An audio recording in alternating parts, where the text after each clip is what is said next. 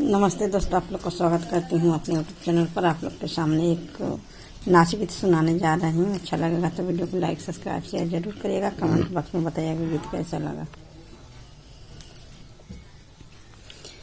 किला ले लुगवा बाबा कैला मोर दीवानवा हो। किला ले लुगवा बाबा कैला मोर गवनवा हो। लाल लुगवा आंगने में अमरो दुआरे पर बाबा।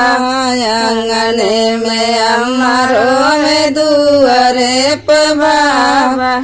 बीच डगरी रोवे राने कैरवा हो। बीच डगरी रोवे नाने कैरवा हो। बीच डगरी चुप खया माहो चुप हो बाबा।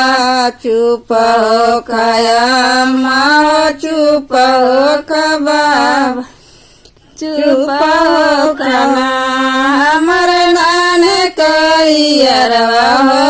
चुप हो खाना हमर नाने कैरवा हो। चुप हो खाना कि फेर गई बना हमर नाने कैरवा हो। फेर गई बना हमर नाने कैरवा हो। फेर गई बना किला लुगवा चाचा कैला मोर गवनवा हो। लाल लुगवा चाचा कैला मोर गवनवा हो।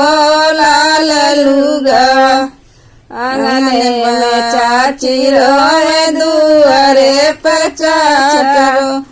आंगने में चाची रोए दुआरे पर चाचा।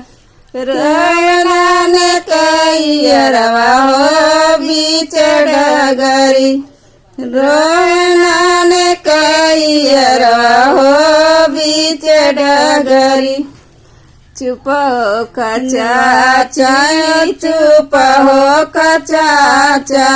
चुप हो चाची। चुप हो चाची।